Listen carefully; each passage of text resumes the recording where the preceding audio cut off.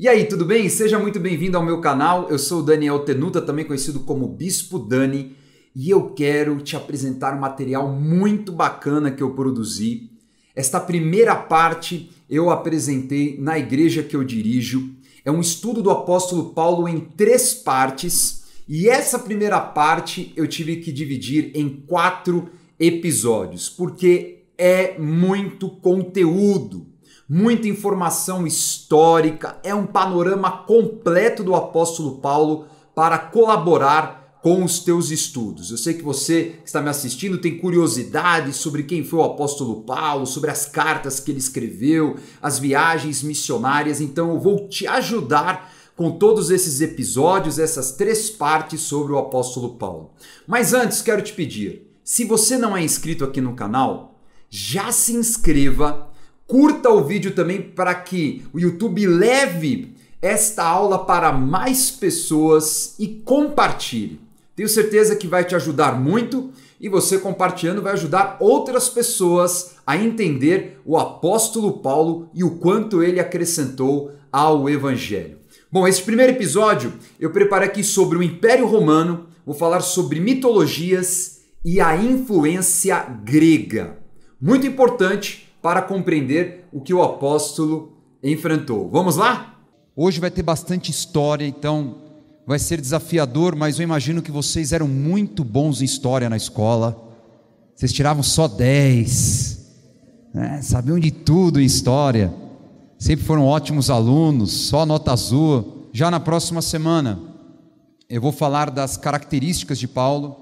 Então nós vamos tratar da personalidade dele, das realizações dele, de como ele encarava os desafios. E é muito importante a gente conhecer a personalidade dele e entender, né, a sua origem, o seu desenvolvimento e como se tornou o grande apóstolo dos estrangeiros, dos gentios. E vamos fechar falando sobre legado, porque ele escreveu 13 cartas que nós temos acesso, escreveu outras também, mas que nós temos acesso. São 13 que fazem parte do Novo Testamento.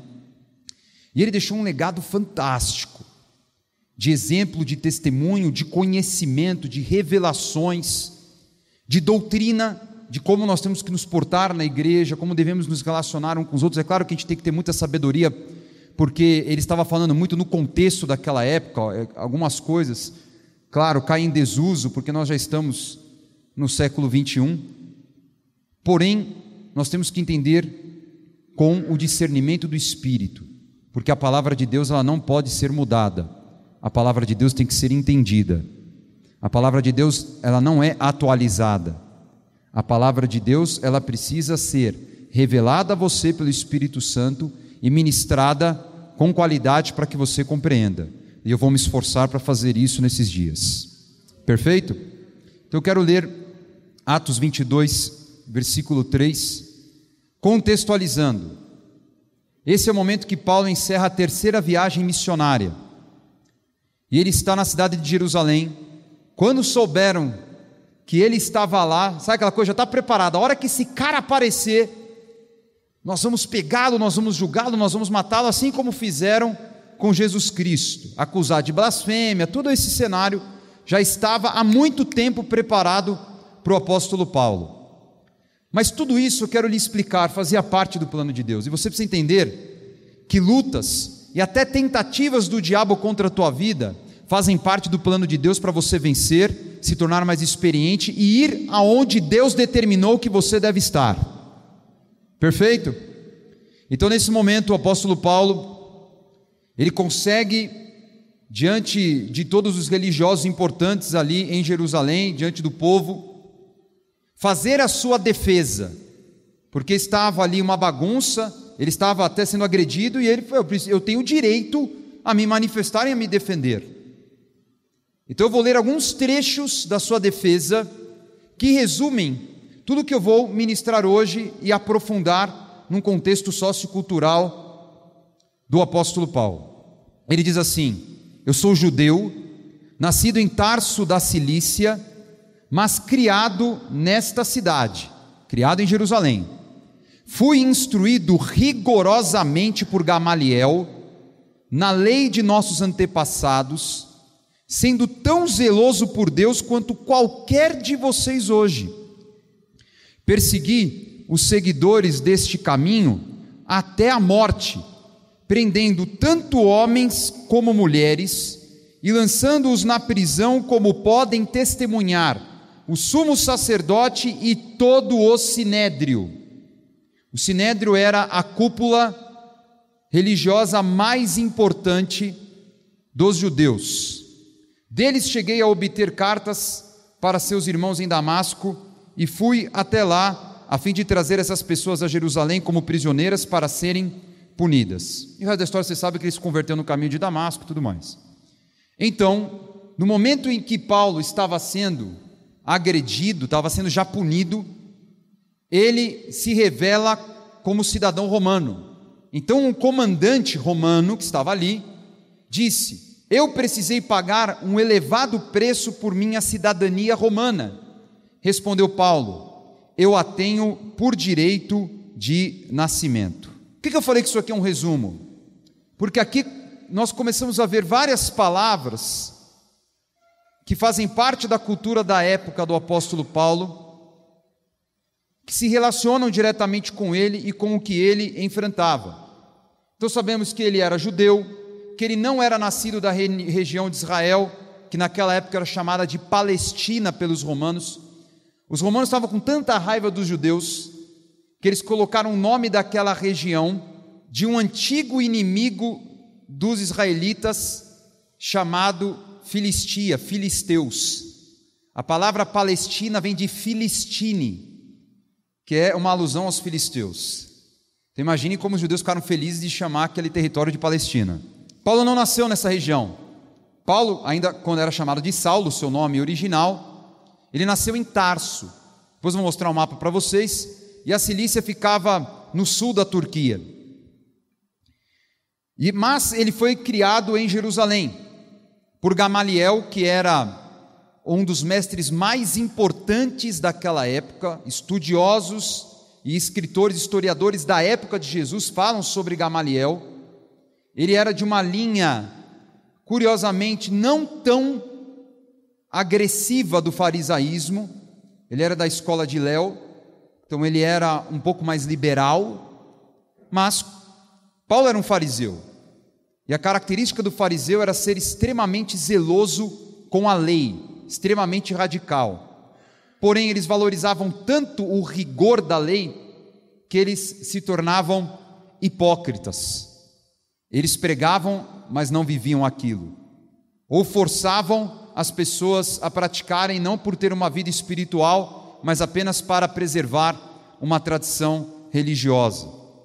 Nós vemos que Paulo foi, ainda Saulo, um grande perseguidor do Evangelho, que tinha um relacionamento íntimo com o Sinédrio, como eu disse, ou ele pertenceu ao Sinédrio, que era a alta cúpula dos judeus, e nós temos a revelação que ele era um cidadão romano.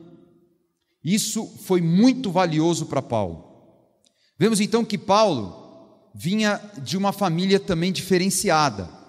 Tarso era uma cidade conhecida na época por ser um dos centros intelectuais do Império Romano. Então nós vemos uma família que tende a ser erudita, ter relacionamento com conhecimento, e que investiu para que Paulo não estudasse a tradição judaica em Tarso, porque havia, claro, uma sinagoga ali. Havia uma comunidade judaica em quase todas as cidades importantes da época. Ele é enviado para Jerusalém para ter a melhor escola. E se ele caminhou com um dos melhores mestres, é porque ele tinha uma boa condição financeira, ele tinha bons relacionamentos.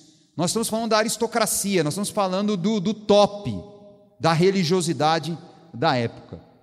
Então, para você entender bem a história do apóstolo Paulo, as cartas, porque quando a gente fala, até o nome das cartas é um monte de cidade, né? Corinto, carta aos Coríntios, Corinto, que fica na Grécia. Aí nós temos carta aos Romanos, obviamente Roma. Colossenses, que é a cidade de Colossos. Tessalonicenses, que é a cidade de Tessalônica. E assim vai, Efésios, Éfeso. Filipenses, a cidade de Filipos, que fica na Macedônia. Ou seja, veja como ele se relacionou com várias cidades, igrejas que ele fundou, igrejas que ele formou mestres, pastores, bispos, igrejas que ele ficava muito preocupado. Eu vou falar na próxima oportunidade o quanto ele se preocupava com o desenvolvimento e a fundamentação das igrejas para não se perderem com doutrinas falsas, com misturas religiosas, com sincretismo. O Império Romano dominava todas essas cidades, toda a esfera de ação de Paulo estava sob o domínio romano. Então é muito importante você entender Roma, entender o Império Romano, porque ele enfrentou o Império Romano, porque era o império dominante da época, era o principado, vamos dizer assim, era um domínio demoníaco praticamente mundial, porque era imperialista. Os romanos só não conseguiram conquistar as regiões mais orientais do Império Grego, que seria hoje o Iraque, o Irã e assim, em direção à Índia. Essas regiões faziam parte do Império Grego e do Império Persa. Nós vemos que os romanos eles ocuparam mais a região europeia e o Mediterrâneo. E era um domínio muito forte, violento, muito organizado, muito rápido, e que é um domínio que estava previsto no Antigo Testamento. Então hoje eu vou resgatar o Antigo Testamento, vai ser uma super viagem agora, porque nós precisamos entender essa cronologia, entender que o que Paulo estava enfrentando, ele já estava preparado espiritualmente. E se tem alguém que sabia muito de guerra espiritual, era o apóstolo Paulo. E eu quero que você já guarde essa regra. Os principados, a palavra principado, príncipe, é a palavra grega arquê. Arquê significa a esfera máxima de autoridade. Era como que cabeça. Então cada país, cada civilização tem um arquê, tem um principado. O Brasil tem um principado? Sim. Japão tem outro. Estados Unidos tem outro. Pode ser que um país tenha mais de um principado pela sua dinâmica, pelo seu tamanho. E sob os principados tem, vamos dizer assim, vários chefes de demônios que são chamados de potestades. Então há uma hierarquia espiritual que eu vou ministrar para vocês em breve um curso sobre isso, mas eu quero que vocês prestem atenção como Paulo era sensível a isso, por ter estudado e por entender que cada região tinha um domínio espiritual diferente. Por mais que o maior de todos os principados, que a gente passa a chamar até de besta, né? Que é quando há um domínio mundial, nós chamamos de besta, né? Era o romano. Cada país que estava sob o domínio romano tinha o seu principado, tinha a sua característica, e cada principado está diretamente ligado à cultura daquele local. Guarde, sempre há relação de um principado, de um domínio demoníaco de um país com a cultura daquela civilização. Cada civilização tem a sua mitologia, o seu folclore, a sua religião. Essa época, as civilizações eram politeístas, pagãs, a maioria tinha muitos deuses. E Paulo estava levando para essas civilizações um único Deus. Querendo dizer, tudo isso que você se relaciona com a natureza, com as divindades, na verdade não está certo, porque só existe um Deus que criou todas as coisas e que deu o seu Filho para nos salvar e para que a nossa vida não acabe na terra, mas para que a nossa vida permaneça eternamente com Ele. O Império Romano era um império pagão, era um império politeísta, herdou a sua religião praticamente dos gregos. Então você vê os deuses gregos sendo os mesmos deuses dos romanos, com nomes diferentes. Então, por exemplo, você já ouviu falar de Zeus? Zeus para os romanos era Júpiter, por isso que o maior planeta do sistema solar se deu o nome de Júpiter. Aí você pode dar um outro nome, Ares, que é o deus da guerra, para os romanos era Marte. Hermes, que é o deus ligado à velocidade, à mensagem, à informação, né? Hermes, para os romanos era Mercúrio. Então, vários momentos na história de Paulo, nós vamos ver ele se relacionando com mitologias gregas e romanas. A gente não ministrou isso domingo? Que ele foi numa cidade e começaram a falar: olha só, Barnabé é Júpiter e Paulo é Mercúrio, porque ele está pregando e os deuses estão entre nós por causa do milagre que aconteceu. Ele vai enfrentando isso. Imagine em Atos capítulo 17, que ele chega em Atenas. Atenas era uma cidade que os historiadores acreditam, por tudo que foi pesquisado, que tinha 30.000 estátuas de deuses. Por isso que fala em Atos 17 que Paulo ficou impressionado com a idolatria. Ele já tinha ido em várias cidades, todas tinham idolatria, mas ele falou: nunca vi uma cidade com 30.000 estátuas. Cada passo que eu dou tem uma estátua, um ídolo aqui, um ídolo ali. E ao mesmo tempo, olha que curioso, a cidade que aparentava ser mais idólatra, que eu não sei se era mais idólatra, porque, por exemplo, Éfeso era muito idólatra por causa de Diana e outras, mas enfim, mas que tinha tantos ídolos, era a cidade também conhecida pela filosofia, pelo contrário, né? Pelo intelecto, pelo domínio da razão. Então imagine essa salada cultural doideira. E ele era um judeu, mas um judeu preparado. Por isso que eu estou pegando no pé de vocês nesse início de ano. O segredo de Paulo era o preparo, tanto intelectual, porque ele falava também grego, escrevia, era muito erudito, como também o preparo espiritual, de enxergar como se movia espiritualmente aquela cidade, aquela região, porque elas tinham adorações diferentes, comportamentos diferentes, situações econômicas diferentes, mas todas estavam sob o domínio do Império Romano. Porém, como o Império Romano recentemente tinha conquistado estas regiões do Império Grego, havia uma forte influência grega. Por isso que o grego era a língua mais falada da época, como se fosse o inglês para nós hoje, a língua universal. Mesmo que os documentos romanos sejam em latim, e Paulo falava em hebraico e até em aramaico nas regiões mais orientais, eu não sei se ele falava aramaico, mas aramaico era falado nas regiões orientais, né, a língua dos persas, a língua falada era o grego. Então Paulo entendeu: eu preciso me relacionar falando grego, escrevendo em grego. As cartas foram escritas em grego, o Novo Testamento todo é em grego, tem pequenos trechos em aramaico de falas de Jesus, mas basicamente é o grego koiné, e era um grego que as pessoas tinham acesso. Porém você vai perceber que em cada carta de Paulo, ele escreve um pouco diferente, algumas mais eruditas, outras menos eruditas. Por quê? Porque vai de encontro à cultura daquele local. Aprendeu bastante sobre o Império Romano, mas tem mais. Então, antes de você clicar aqui no próximo vídeo para falar sobre cronologia, linhas do tempo, curta o vídeo, se inscreva no canal, ative as notificações e compartilhe com os teus amigos. Até a próxima aula!